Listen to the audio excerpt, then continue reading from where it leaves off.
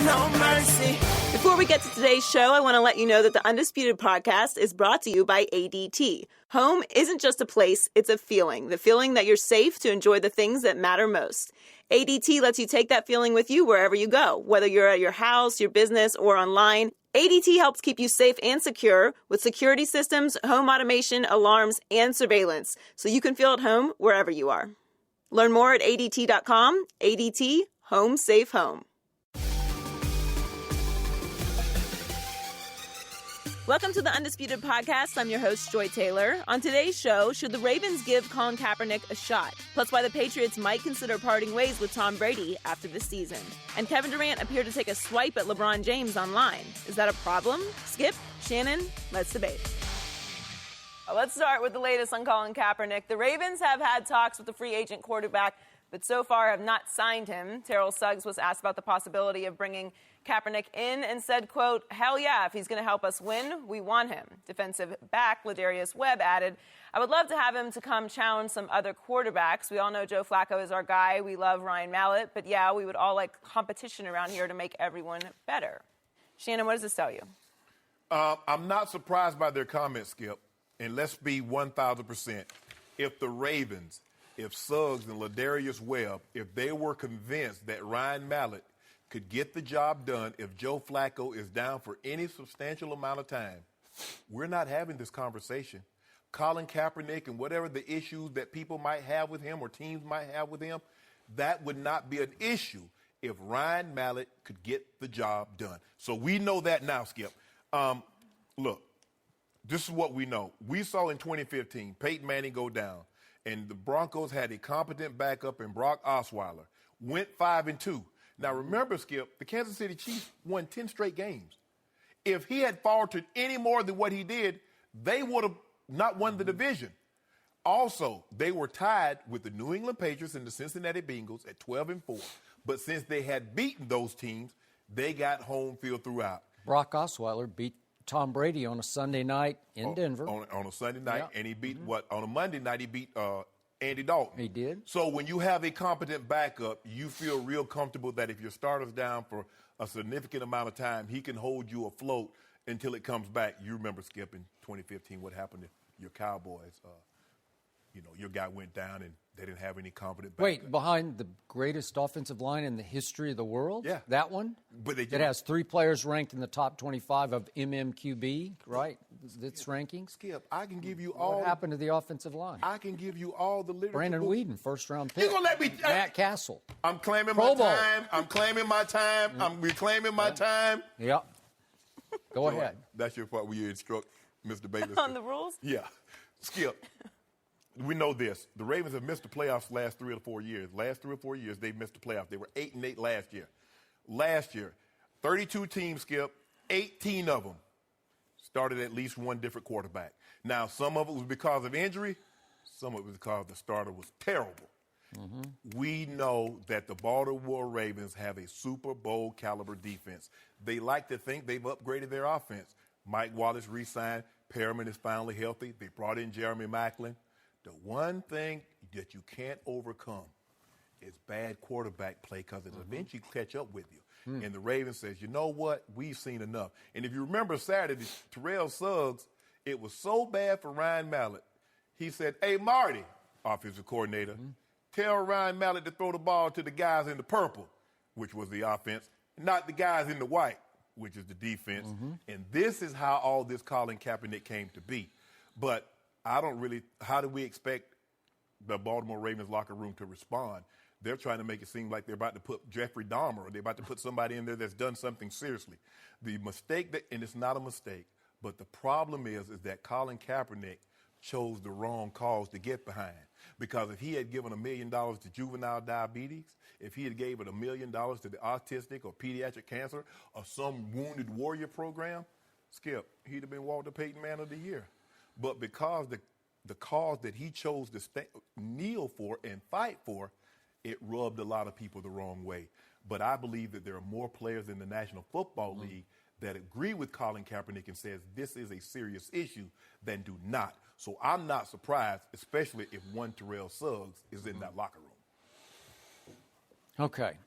point number one, obviously you don't have to kneel for juvenile diabetes, but I get where you're going. Right.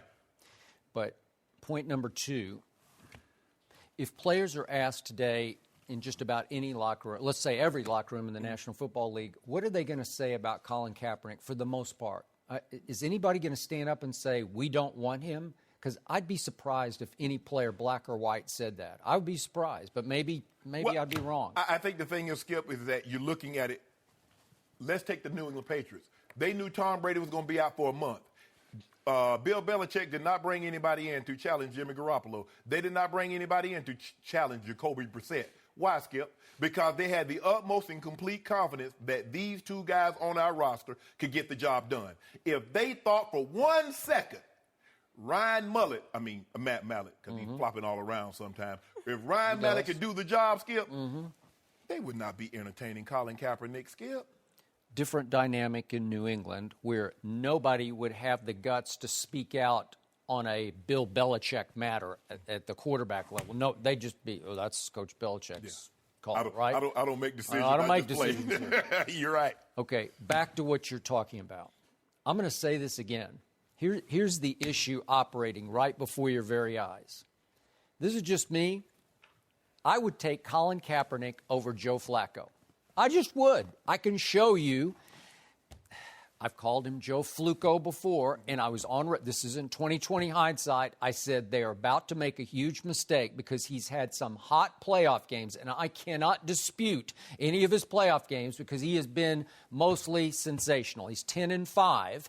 His QBR is not great because he'll have Fluco games in the 5 where you'll say, where did that come from? Correct. Well, that's who this guy is. Right. But he's 25 touchdowns to only 10 interceptions in the postseason, which is really, really good.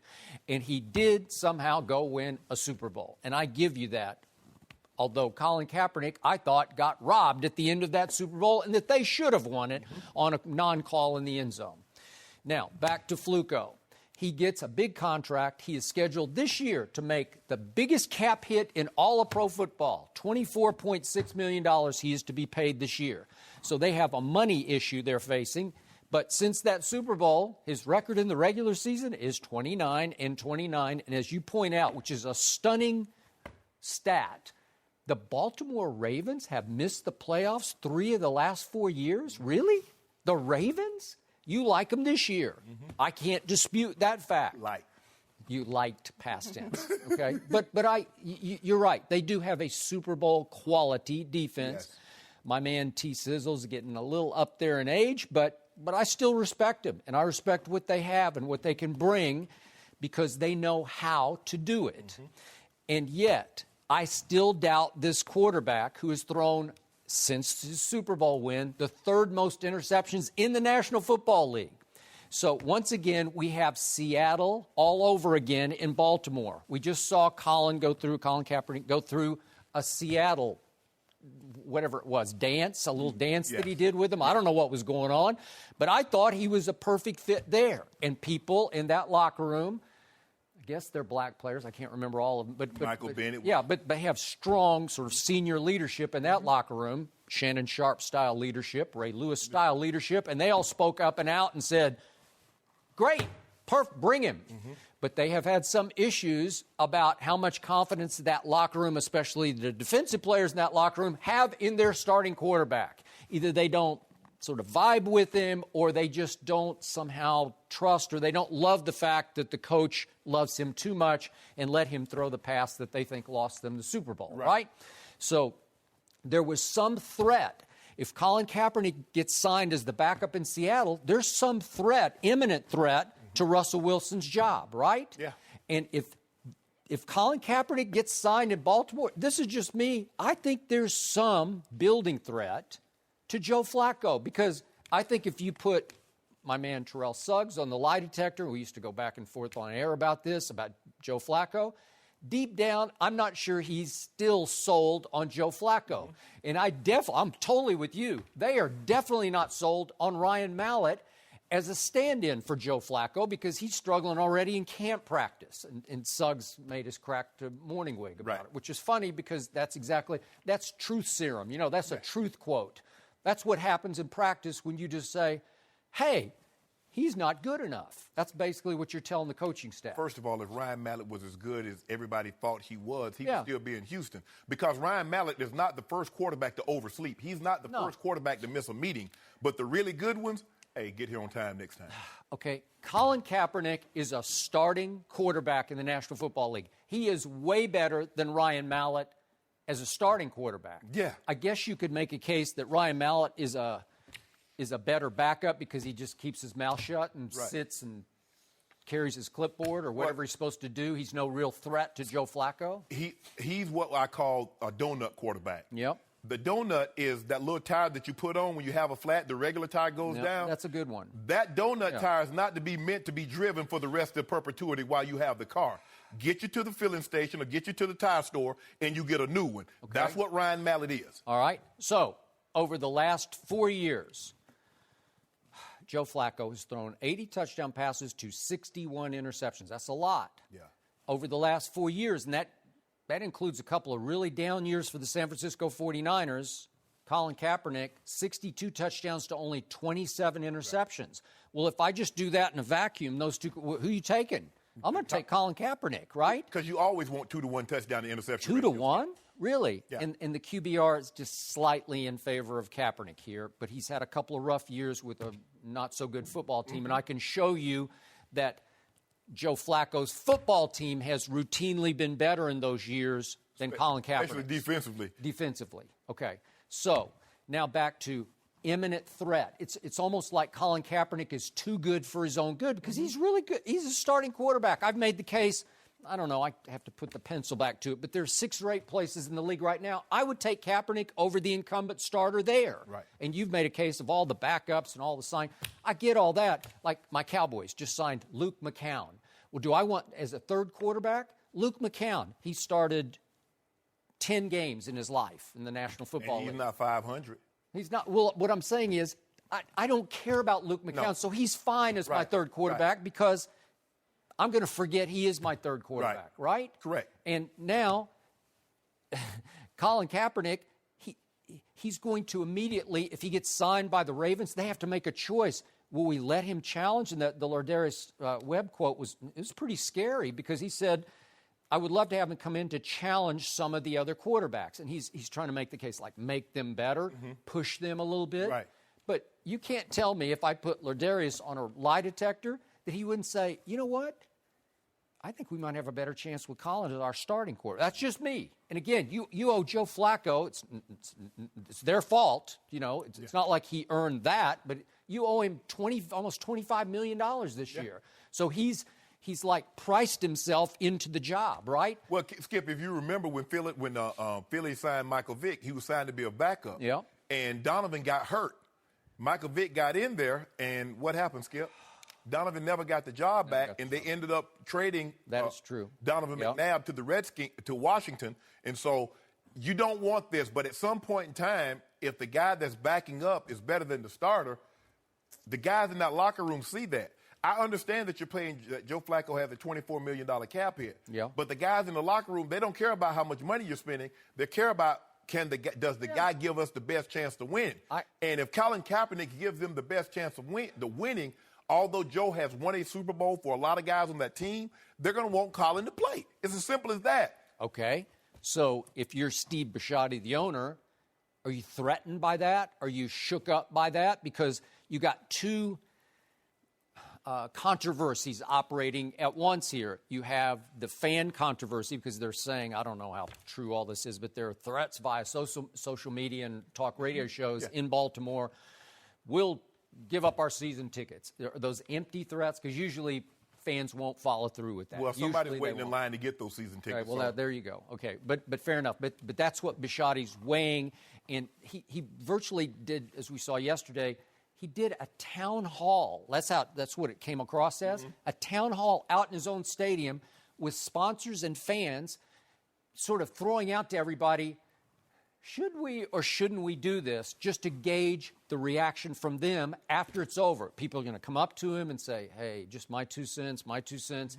And over time, he's going to let all those 2 cents go in and equal big dollars because you're talking about big sponsor dollars here. Are sponsors going to pull out if Colin Kaepernick is signed even as a backup quarterback? Well, let me ask you, are those sponsors going to stick around if they keep missing the playoffs year after year? I agree.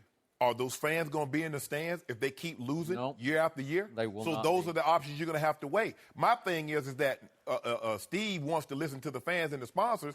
How many times have you heard the fans chant, "We want somebody"? And the coaches say, and the owners say, "We're not listening to the fans." How many times you need to fire the coach, but we're not listening to the fans?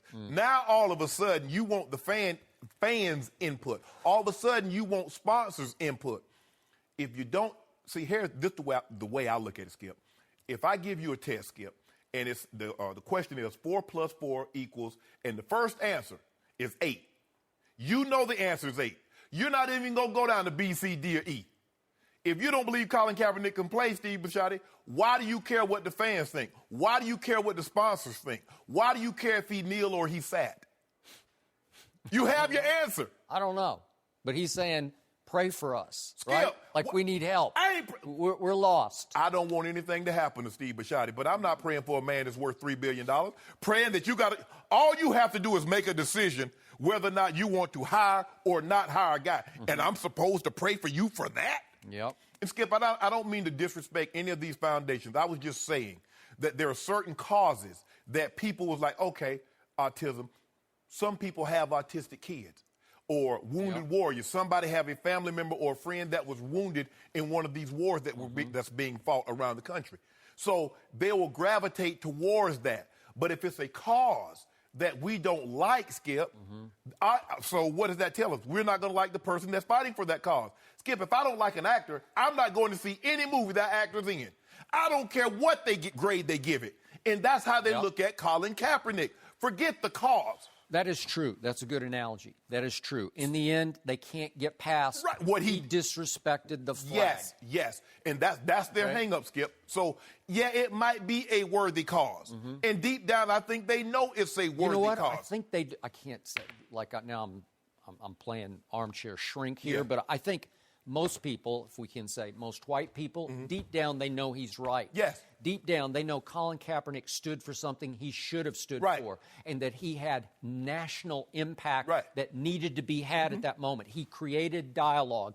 He opened eyes and ears to a growing conflict between white policemen and unarmed black men and women that needed to be addressed. Correct. And I would like to believe, I can't prove this, but I believe it had positive impact, that it made a lot of police forces more aware of, man, we got internal issues going on here, right? Yeah, so to keep from talking about the cause, you disrespect the flag. Well, I don't care.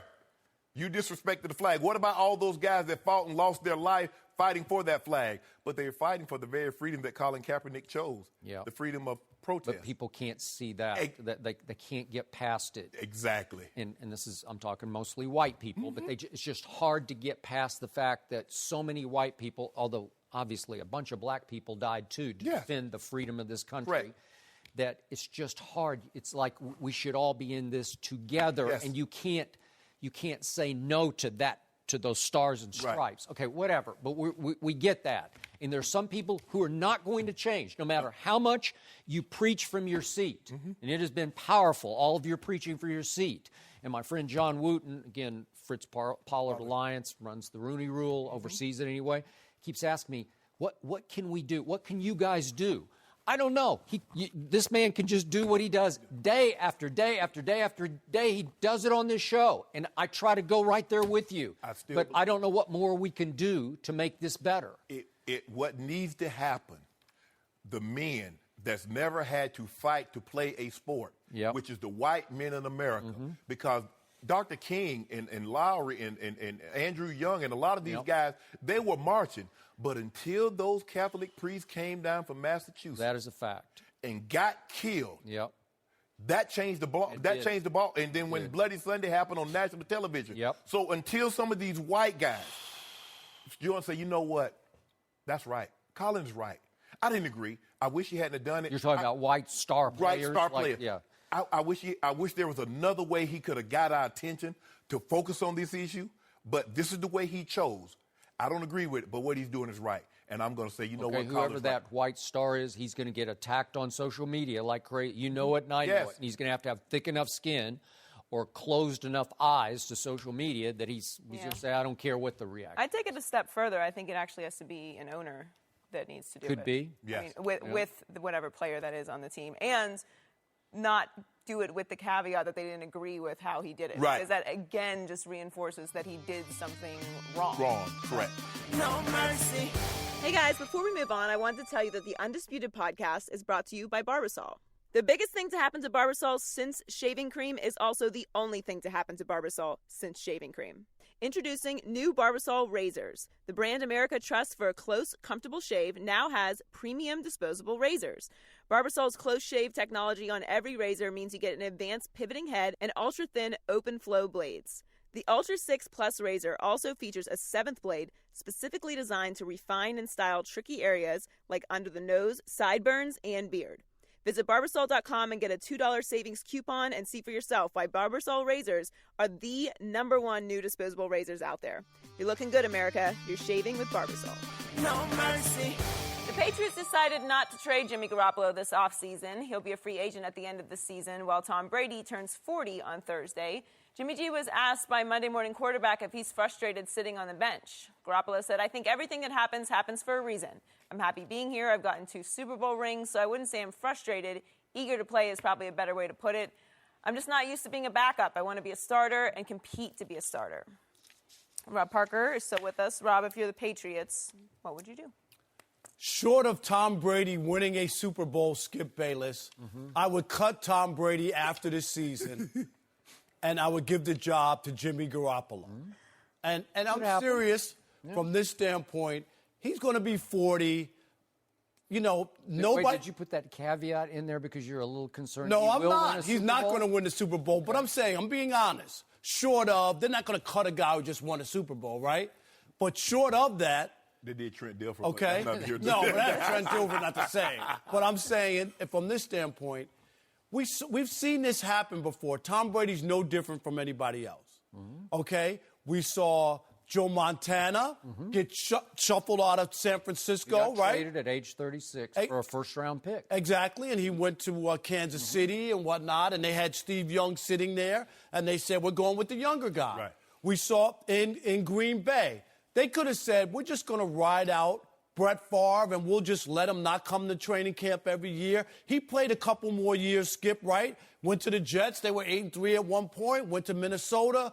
They made it NFC Championship game. But they said, no, we're not doing that. We got Aaron Rodgers sitting there. We're going to move forward. So here are the Patriots in the same situation. Obviously, you're not going to do it coming off a Super Bowl, but they got a decision to make. And if you're thinking about the Patriots long term, and you could have traded this guy before and gotten something, and now you've held on to him, and now he'll be able to walk and you get nothing, you got to make that decision. And the right decision is to cut Tom Brady after this season and let him go somewhere else. If he wants to play until he's 45 and he wants to play in Jacksonville, go ahead, Tom. Go to Jacksonville. Yeah, that's where I'd like to see him play. Would you? Yeah, so he'd be less of a threat to you? I'd like to see him play in If he's as good as Skip says, he'd take Jacksonville to the Super Bowl. Right, exactly. Is Adam Vinatieri or the defensive signals from other teams going with him? Yeah. Go ahead, Skip. Go ahead. I'm ready to predict Tom Brady will win another Super Bowl for another team. Because I'm with you. I think we're on collision course. This is it. This is going to be the best, biggest story in pro football. It is coming 1,000 miles an hour down the tracks very quietly right now because it hasn't yet started. But Bill Belichick is on the hot seat again because he's going to have to make a choice pretty quickly.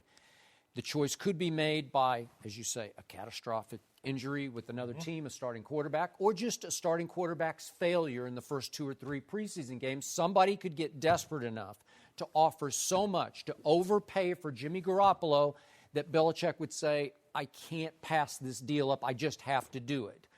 I believe in Tom Brady. You know I believe in him, not only on the field, but in longevity. I think he's discovered the sort of magic elixir of quarterback life, which is flexibility. longevity is longevity of his muscles. I'm not. Yeah, I'm okay. just. All right. He looks better than. I just watched the camp footage.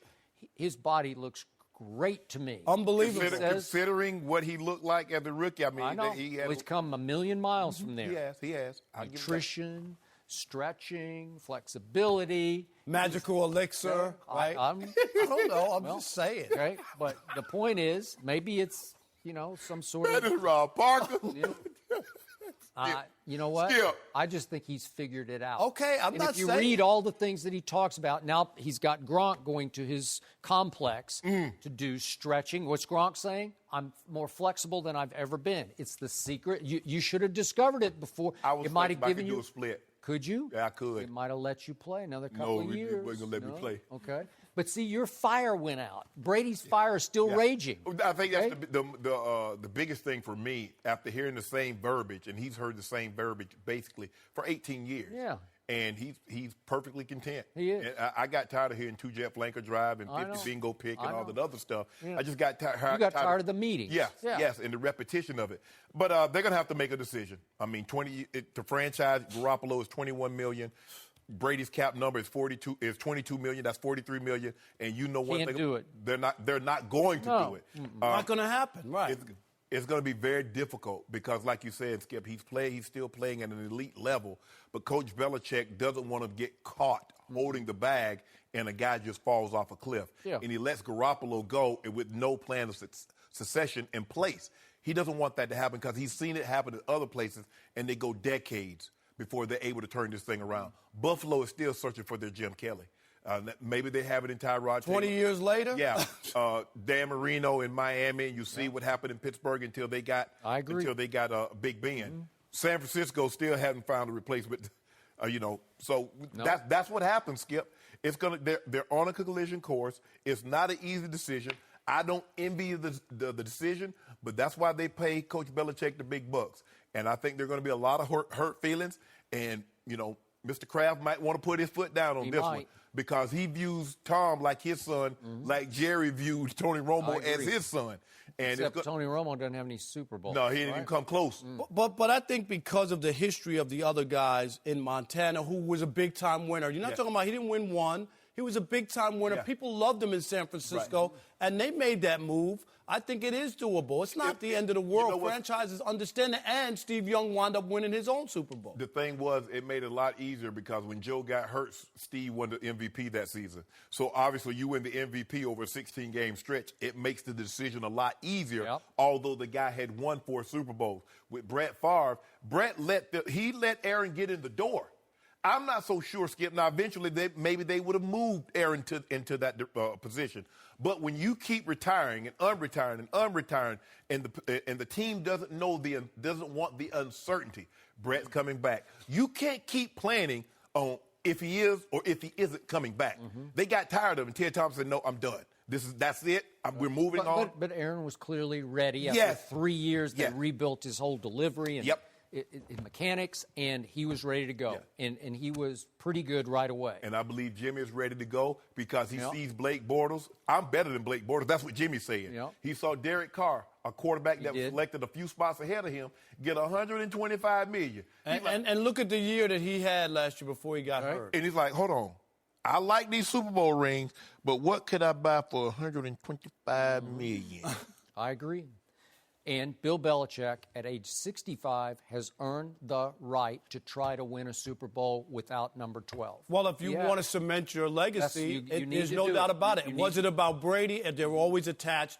It was like when Shaq and Kobe. Kobe also felt that he would never get enough unless he was able to win without Shaq. And Rob, you're a baseball guy. You obviously remember the great Branch Rickey who gave Jackie Robinson his chance. What was his mantra? You should always trade a player 1 year before you think you should trade that player. Absolutely. And I'm sure Belichick is a student of that. So I'm sure Belichick is thinking, Tom's shattering the mold, but is it going to shatter him at some point soon? So I believe Bill will want to trade Tom Brady at some point pretty soon. Bill Walsh also thought like that because remember he got rid of Ronnie Lott and Roger Craig, all those guys.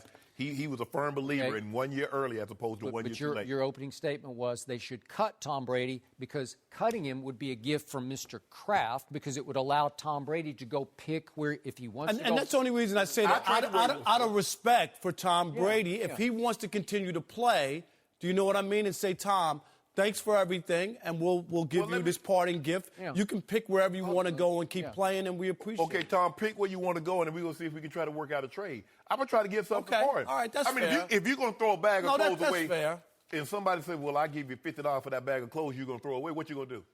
I'll take the $50. Okay, exactly. But it just sounds better. It just sounds better. He shows them you're not going to get anything back. Well, I might not get a first-round pick, but I can get a third. I can get something. That's Tom Brady. You want him? Do you think Tom Brady's worth a first-round pick? Oh, absolutely. He's worth 2 first-round picks. No, he's 3 first-round picks. 40-some-odd years old? Oh, please. Did you see what he did last year? I saw a choke job by the Atlanta Falcons. Wait a second. And they're still talking about it. Whoa. Hold on. Pro Football Focus, we use all their stuff. But by their grading system, he had the best year any quarterback has ever had in the 10 years their system's been in place. Pro Football last year. Focus said that's before the playoffs. Dak Prescott is the 250th ranked player, too. So which one is right? They didn't say. I think you're mixing up your Rob, focus. Are you going to be all right, though, if Tom leaves the Patriots and goes somewhere else and wins a Super Bowl, and then the Patriots win another Super Bowl with Belichick? No, I probably will resign from the show. You know what? I won't be here. I don't think you're going to be able to handle that. You're going to have to wear that black suit on the way to your own funeral. And Shannon, you know what? What happened? Shannon, I think you jinxed me. What? Because you talked about me hitting a number, and look what happened to my pen. So now my money. How long have you had that pen for? For like 15 years or something. You had it 20 years. You bought it. That's a bad omen. He purchased that pen in the duty shop when he had just got married. Seriously? Yeah, I've had this pen for a long time. You know what? What? I don't like that. We're going to have to do something. We're going to get some sage out here or something. Scarmucci married. Scarmucci's job lasted longer than Rob married. No mercy. Last week, a study from Boston University was released showing an overwhelming link between CTE and football. Jets rookie safety Jamal Adams was asked about CTE at a fan event yesterday. Let's take a listen. You know, I can speak for a lot of guys that play the game. You know, we live and breathe, and this is what we're so passionate about.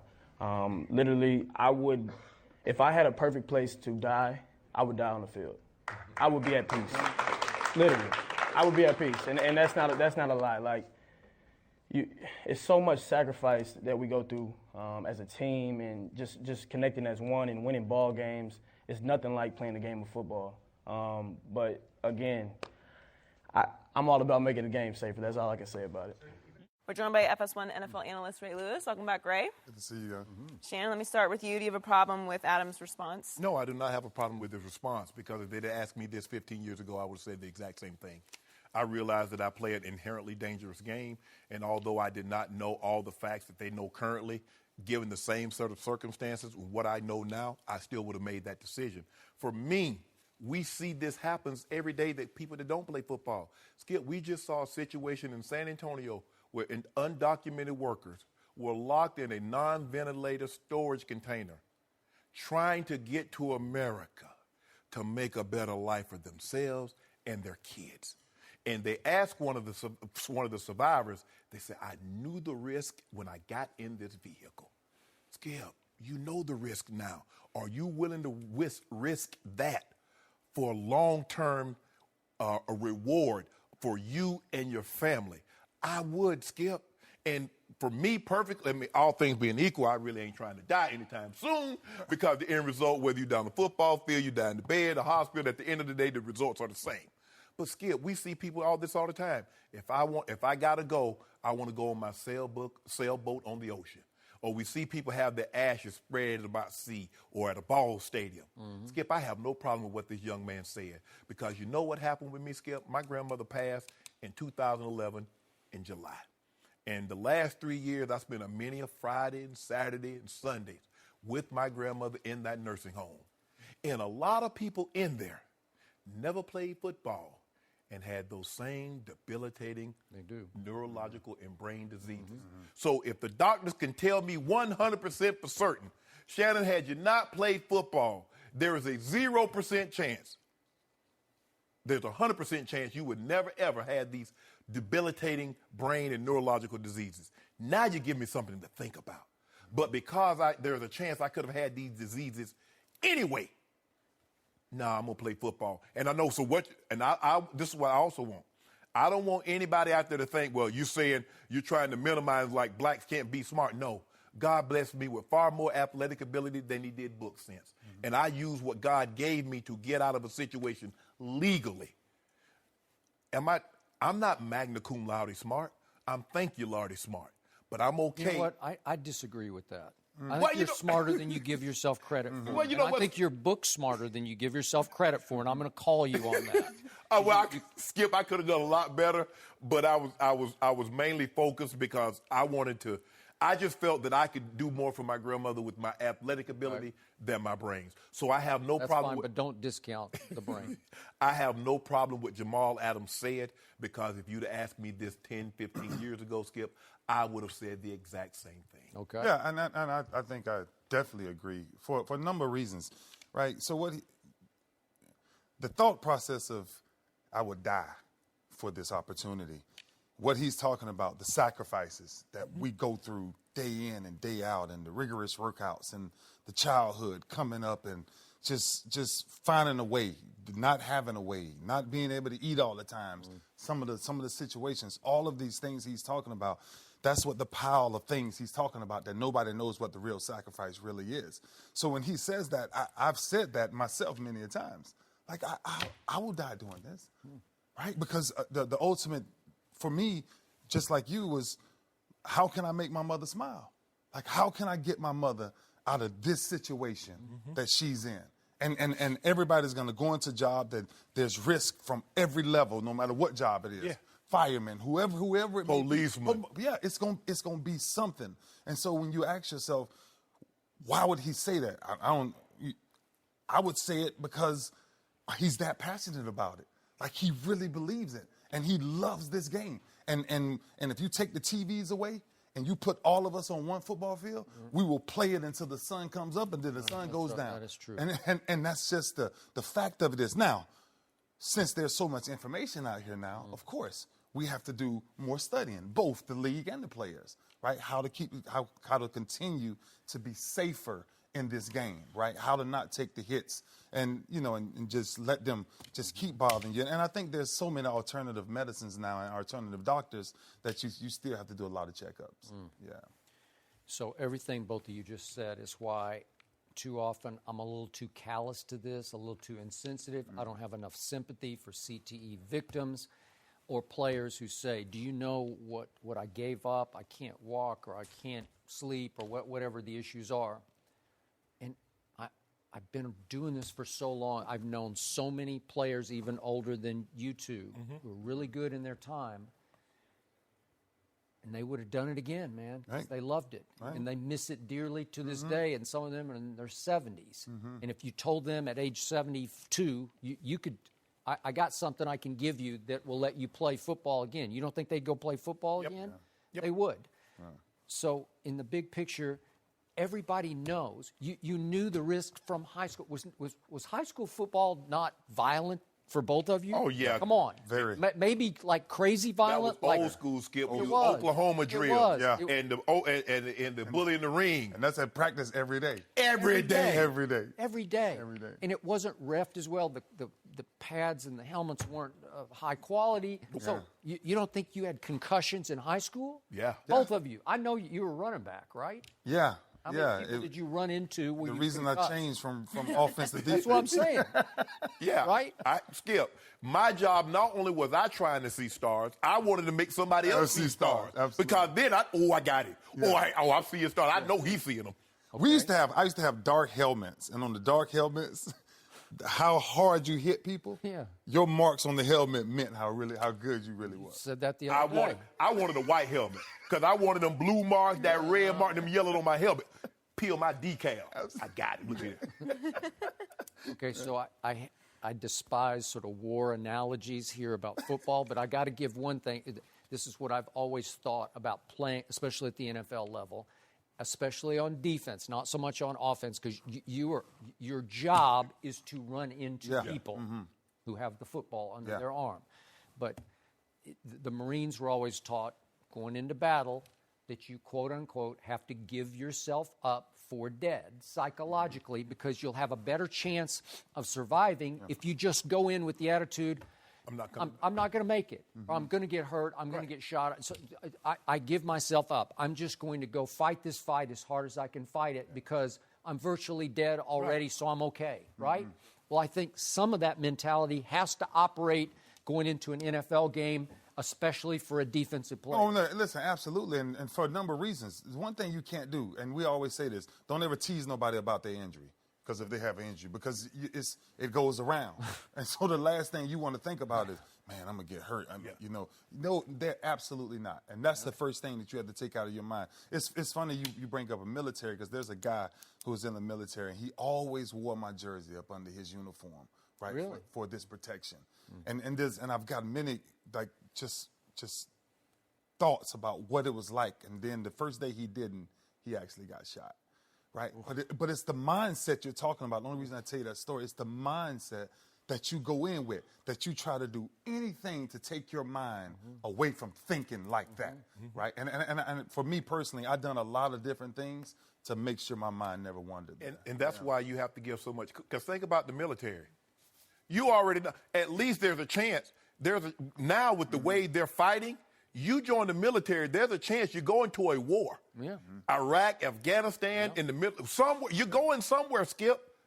So, but for me, for Mary Porter and what she did for her 9 and my mom's 3. Okay, man, please. Just for balance, Martellus Bennett was asked about this yesterday, and he said, and I quote, "I ain't dying for this bleep." Right. Well, okay, but that's an offensive player, a skill player, not that you want, but you were asked to block some, so it's going to be a more physical position, right? Well, the thing is, Skip, when he says dying on the field, there's not been an instance where there's someone that had made a collision and they were instantly died. Now, you remember, I think his name was Thomas Harrion, the San Francisco 49er in 2005. In the preseason game in Denver, he collapsed of a heart attack and died.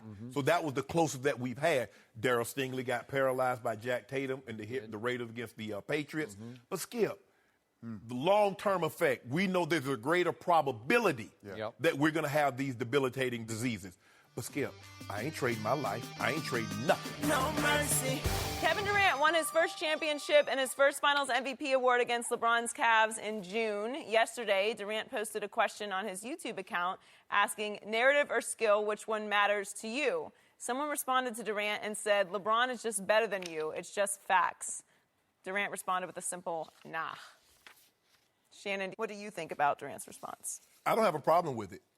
And I believe in Kevin Durant's heart and in his mind, he believes that he's a better player than LeBron James. Now, I believe that LeBron James is a better player because I believe he makes more players better. He can rebound the basketball better than Kevin Durant. He probably, if he took as many shots as Kevin, he probably could score because he's as efficient as anybody we've ever seen. Kevin Durant averaged 35 points on 55%. LeBron averaged a triple-double on 56% shooting in the finals. So they're very comparable in that aspect.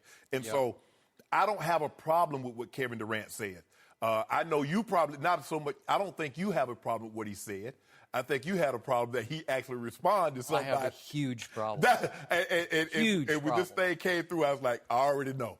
Skip, I don't have a problem with it for the simple fact is that what social media has done, it has allowed people that would have never been able to come in contact with a celebrity or professional, whatever the case may be. It's allowed you to have interaction.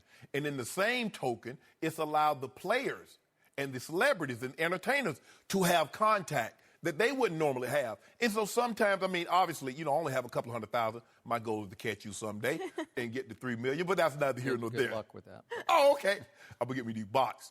I heard these Russians, they can hook it up. So you're going to go to the Russians? Yeah, I have me. So that's how it works. But what it's allowed is that players could have contact with people they normally wouldn't have contact with. Because the way I look at it, Skip, if somebody jumps in my mention or timeline and they ask me a question, they sincerely want to know what I think. Sure. And so I want to give them that credit. I want to acknowledge them and not think, I don't want these people to ever think that I think I'm better than them or they're beneath me and I can't even take the time to answer a question. To get to that question, you have to sift through all of this incredible, wrong-headed negativity that only gets in your psyche and messes you up.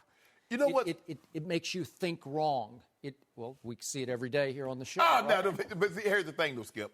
I refuse to allow 1% of the people that's going to be negative and going to be mean and condescending to ruin it for the 99 other % of the people that have real good intentions and want fair. to sincerely know what I actually think. But that 1% is on your time. They're there. They're there. And it's every now and then, Skip, sometimes I let it slide, but sometimes I tell them I'm like Star Wars.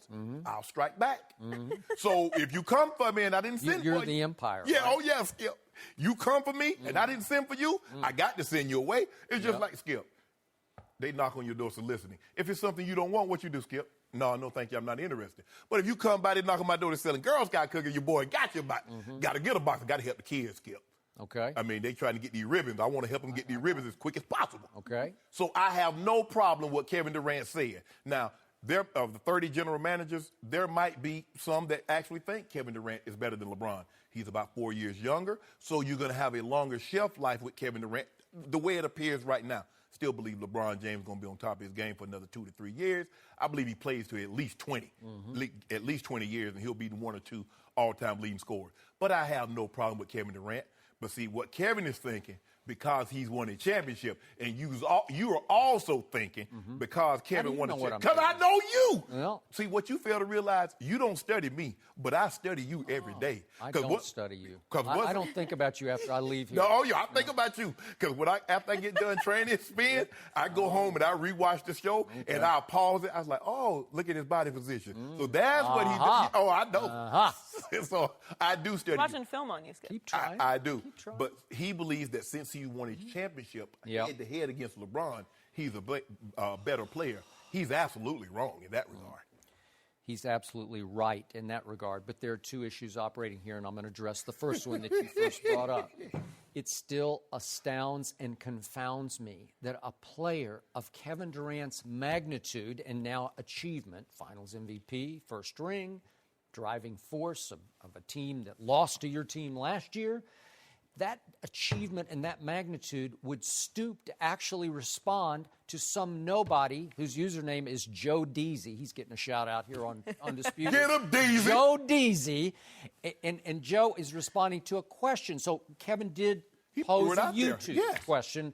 Narrative or skill, which one matters most to you? I don't really understand narrative or skill. They're two separate things. Narrative, storyline, or what? I don't know. But whatever. That's what Kevin proposed. But Joe didn't like the question. He just shot an answer back, which is an opinion from Joe Deasy.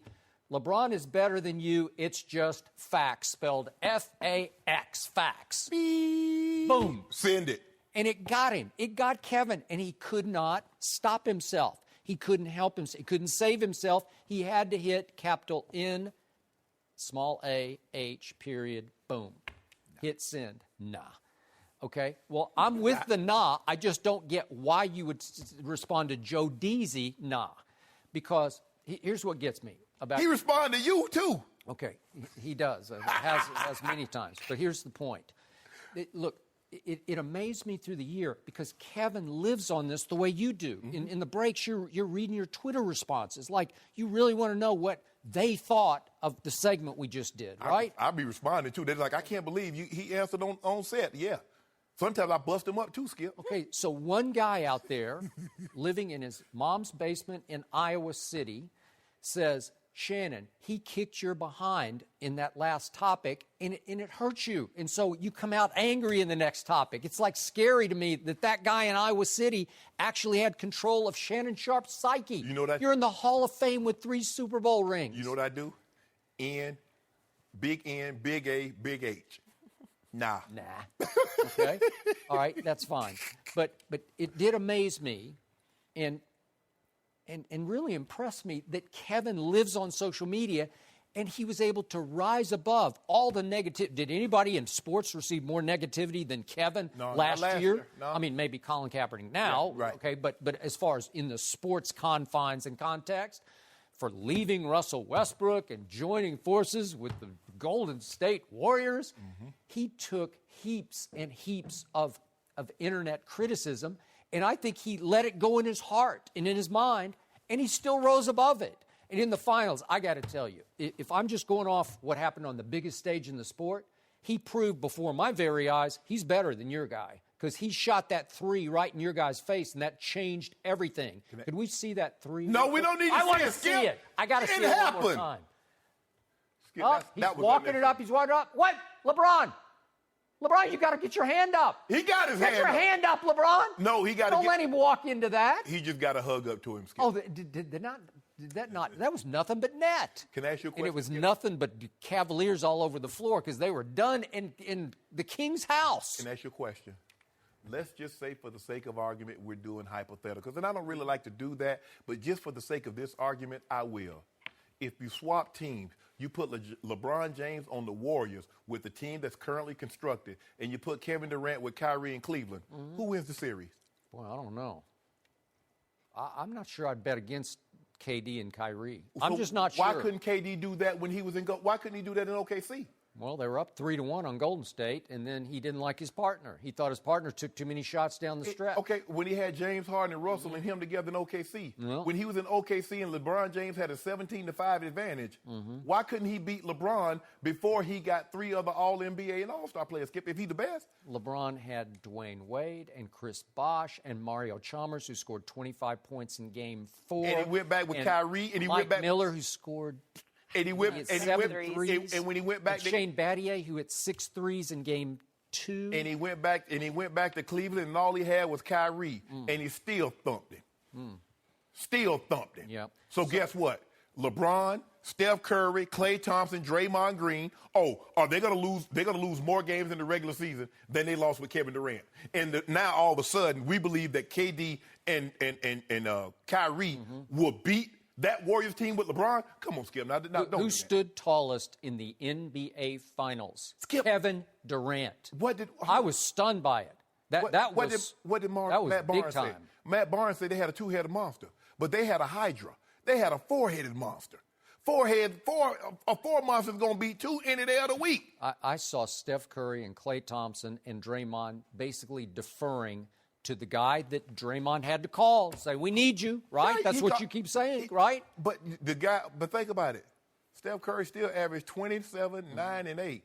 Klay, how about 31, 9, and 4? No, for the series, 35, 8, and 5. Yeah. But just for that Game 3, 31, 9, and 4. Yeah. Woo! What did LeBron Game over. Did you give Series me LeBron over. Stats in that? Huh? LeBron, First ever to average triple-double. No. Why you do that? Huh? Well, you hear what I say. Talk about, huh? Huh? I mean, you heard. Nah. Can you give Can you give me LeBron numbers in Game 3? No, I can't remember. Skip. What were they? I can give you Kyrie's. He had 38. He didn't have more points than Bron. Okay. Well, who won? Kevin Durant won.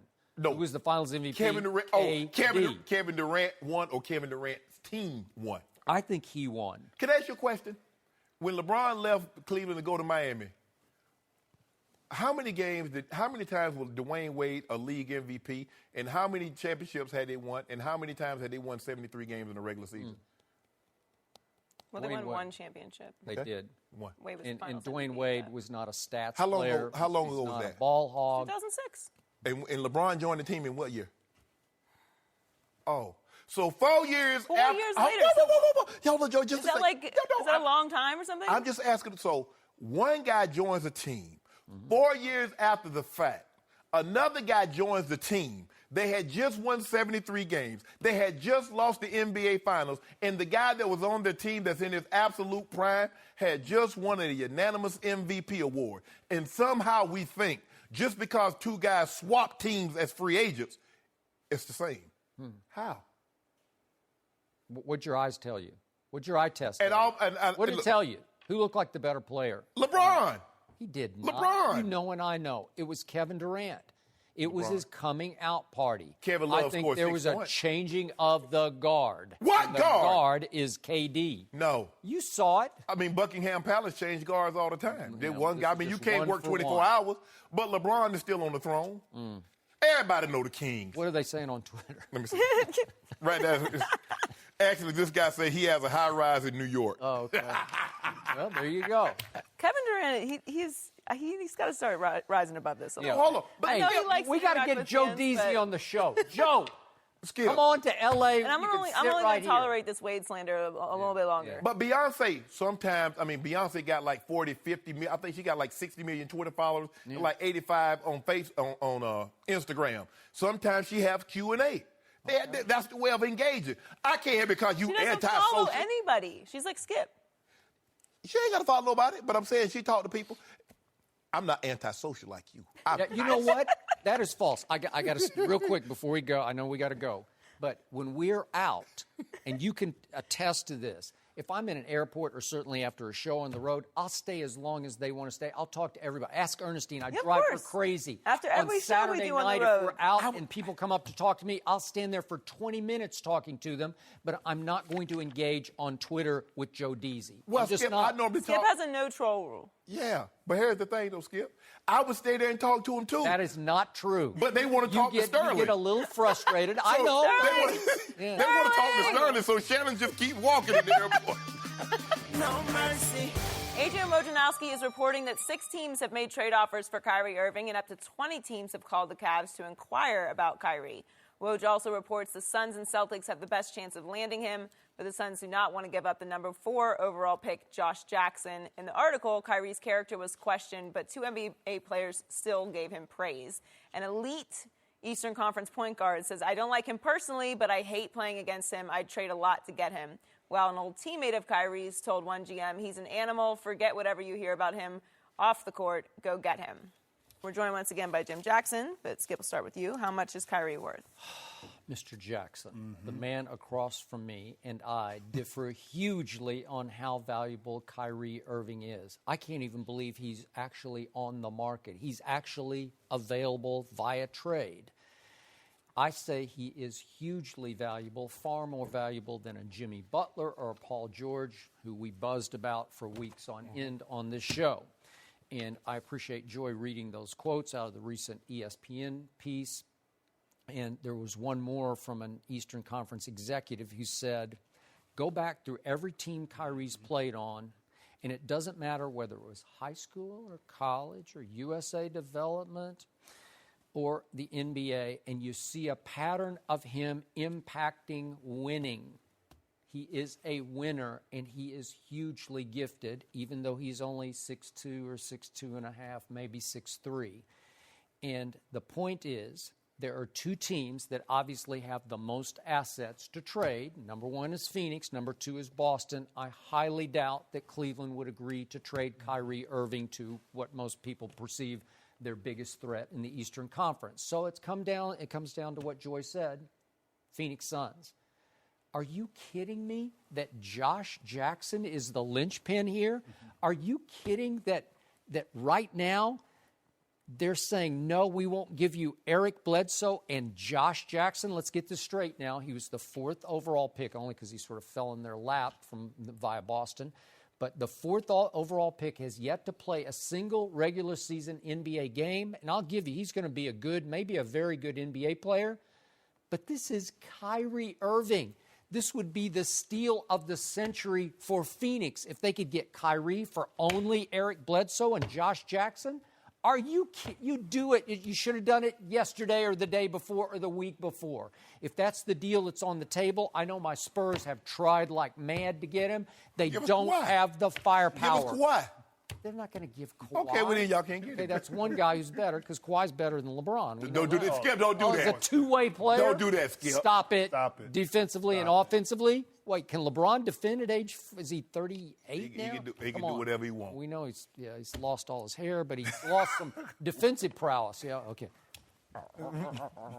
Yeah. You be hating on LeBron. I'm not Skip. hating. I'm just telling the truth. The hair bothers me far less than whatever those pants are. Why you be hating? I'm just saying. She's still upset about the Miami issue. It's a Miami thing. I mean, you so small to be so petty. You into those pants? No. Exactly. But still, so what? I mean, Hold on. I'm missing something here. What? I'm going back. Okay. They say he's impacted winning. He played 12, 13 games at Duke. They lost in the NCAAs with Kyrie Irving. He played 4 years before LeBron James returned, and they won what? So what impact has he had on winning without arguably the greatest player or a top 3, top 2 player of all time running aside him? I'm missing something, Skip. What is all this winning he's done? Okay, I told you he was stuck with a Byron Scott who's notoriously in favor of veterans over young players. He was hard on Kyrie, and then they went right out the next year and drafted a Dion Waiters who immediately clashed with Kyrie for whose team is it? It should be my team. It was a rocky circumstance he was in for his first 3 years at age 19, 20, and 21. And then he became the closer for the quote-unquote best player on the planet. That impacts winning. LeBron would not have won without Kyrie making the last second shot in Game 7. But we have seen LeBron win without Kyrie. Am I correct? With Dwayne and Chris. Okay, when he was in Cleveland before he left, and he won 66 games, and he won 61 games with a mop bucket, a squeegee, a bar of soap. This is about Kyrie. It's not about LeBron. But you keep that. I mean, this person telling me that Kyrie impacts winning, and I'm trying to figure out when and where without LeBron James running shotgun beside him. Now, I will give you this. Now, if the question you have to ask yourself, at 24 years of age, will Josh Jackson be better than Kyrie Irving is right now? Because if you can't answer that yes, you need to move him. Thank you. Kyrie Irving, look, I don't want him to leave, but he got to go. He got to go. You're off that bandwagon. Oh, yeah. You just can't stand it. I'm going to still root for it. Because he has called out the king. He has shamed the king. He has ridiculed the king. Well, here's the problem. If your value, what do you get for Kyrie? Cavs want young players. They want a veteran that can help them right now. But more importantly, they need draft picks. Yes. Because at some point, whether it's next year or down the line, when LeBron leaves, Cleveland is going back down. And they can't get it through free agency. No. The only way they're going to build their franchise back up, be competitive, is through the draft. Because you're not going to get top-tier free agents. So who has that to offer for them? Phoenix does. Phoenix does. But if you're Phoenix right now and you're second-guessing, what does that tell you in regards to how they see Kyrie? Can he impact us winning today in regards to us getting closer to competing in the Western Conference? If the answer is yes, it's a huge yes. Well, why not make the trade? I don't know. It has to be something in there for them internally that's stopping them from making this decision. Because for Cleveland, they can't go in. Here's my thing. You can't go into camp with this hanging over. Couple reasons. LeBron and Kyrie, at some point, body language-wise, something's going to happen.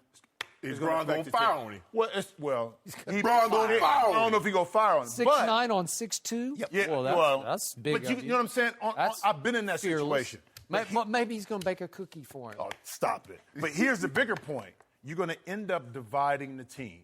You are. Unconsciously. Because what's going to happen is you got guys that hang with Kyrie. They ain't about hanging with Kyrie. All the guys going to be with LeBron, and Kyrie going to be on the aisle. Here's my thing. I don't know about that. It's guys that genuinely like Kyrie, guys that love LeBron.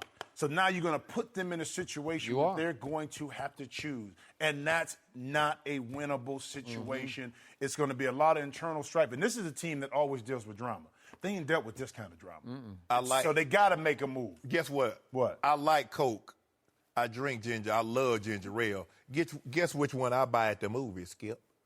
They like Kyrie, but Kyrie ain't gonna bring no jewelry. See, that was the difference. How do you know that? No jewelry. He's only 24 years old. The king, Yeah. crowd him. You want championships? Yeah. Get the king. Yeah. That same king who came up so small in Game 3 down the stretch. You sign Kyrie, you get no jewelry. That what you want to do? You're right, Skip. I think when Kyrie How long did you think about that? It just came off the top. Skip, look here.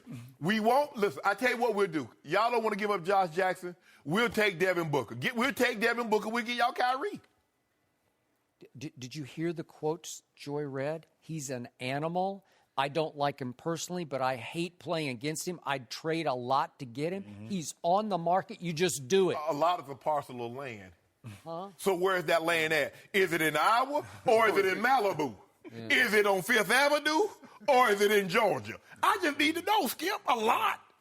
Yeah. Wouldn't it just be so great if he went to the Heat? That'd be such a good storyline. Give us Whiteside, we give you Then I give it up Whiteside. Oh, okay then. Hold on. You can have Goran Dragic and you can have... No, hold up. An even swap isn't a swindle. So we're going to swap somebody.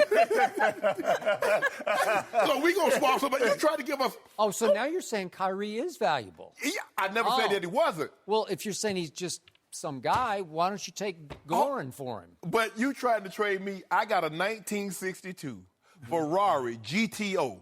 And you tried. GTO? Yeah, look it up. And you trying to trade me a F-150. A truck. A Shelby, and a 1995 Shelby Mustang. Maybe you need some trucks more than you need that. That's all I'm saying. Nah. No mercy. Thanks for listening to the Undisputed Podcast. I'm Joy Taylor. We're back at the same time tomorrow morning, 9:30 Eastern. We'll see you then. Fox Sports. One of one.